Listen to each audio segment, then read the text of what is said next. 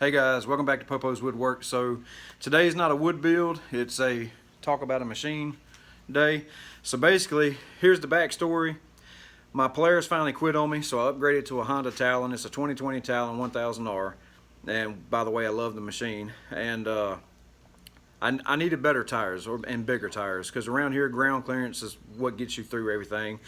And before I get bashed in the comments, I live on the East Coast, and 90% of the riding that we do, you end up in mud. Whether you want to end up in mud, you're still going to end up in mud. Even on a dry spell, you're still going to find the freaking mud on the trails. That's just how it is where we're at.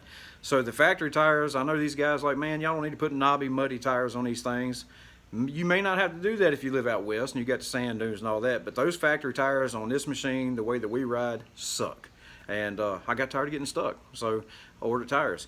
So basically, the tires that I bought them from KJ Motorsports. They are a 35-inch STI R4 tractor tread style tire, which I'm going to show you in a minute, and they're sitting on 20-inch HD wheels. Now, this is where the video is coming from.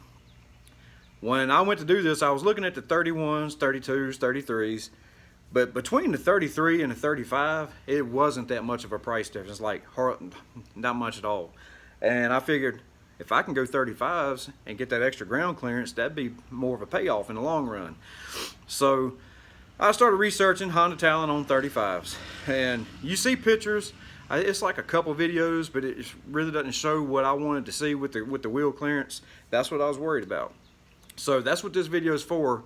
Is I'm gonna take this and park it. I'm gonna use my neighbor's yard, because we got our yards kind of tipped like this. I'm gonna turn that thing to the right, and I'm gonna get that right front tire at full lock, compressed up in there, and show you how much clearance you still have on the front between the tire and the fender. So basically, I'm gonna try to, like I said, I'm gonna try to do this quick. Just got back from Busco, and I'll throw a video up of a quick little puddle that I went through. My daughter watched me, would film me riding through. The whole time at Busco Beach, it didn't rub, didn't have no issues as far as power. No issues with power. It still changes gears like it did with the factory tires. Now, you're not going to get off of the line, but who cares about drag racing? But you're not going to get off the line quite as fast as you would with the factory tires, which all I can tell the difference is the factory tires spun more when I did it. So as far as the drive line, people say, oh, you're going to burn up your clutches and this, that, and the other. One, it's got a drive shaft. Two, I honestly can't tell any difference. It may just be me, but I can't tell any difference running the 35s versus the stock tires, unless you're in the top speed bracket, or you're trying to do berms and doing all the whoop-de-whoops and all that, which that ain't how we ride. We put 10, 15 mile an hour through trails. We like the outdoors. We like to ride the trails. We don't like to run through them 100 mile an hour. So basically, I'm gonna stop talking on this part. I'm gonna flip you around, take this thing outside, park it on the hill, and show you what I'm talking about with the ground clearance, or excuse me, the wheel clearance. So here it is, sitting on the 35s. As you can see, you don't have to worry about the back wheels at all. I mean, you got a ton of clearance there. And here's the front. Now these things are 35 inches tall, 9 inches wide on 20-inch wheels. So this is the one where it's compressed on the heel. Now I've got this at full lock. You can see, the sun's kind of making it hard for me to see, but anyway, you can see you still have, I got big hands too, and I can get my hands in there, all 4 fingers. So you got plenty of clearance.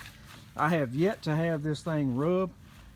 Now mind you, the Honda Talons turn like a school bus. The turning radius really sucks on them, so you need a football field to turn around. But anyhow, there's your wheel clearance. That's what I couldn't find online, and it doesn't rub anything. And as you can see, it's just bolted right to the hub. There ain't nothing special. All that's factory.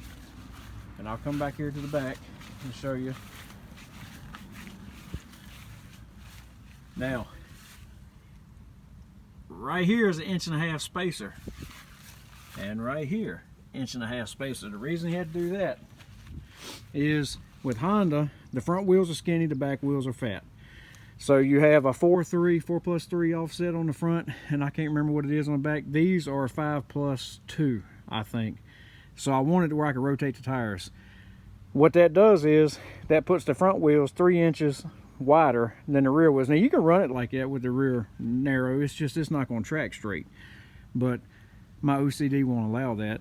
So basically, to bring the back out the same width as the front, you're going to need 2.5 inch spacers. But now the way it sits from outside to outside of both tires is 71 inches wide, and that's my problem, is my trailer is 6 foot wide, which is 72 inches wide.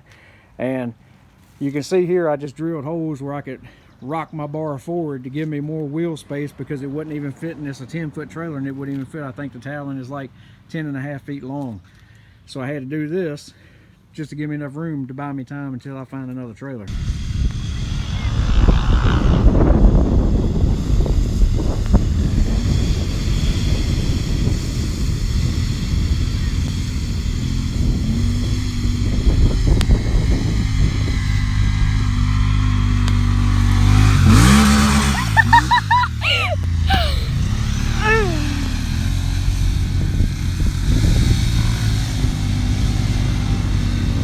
Alright guys, so that's it right there. I hope, if any of you are searching for this, I hope this helps you.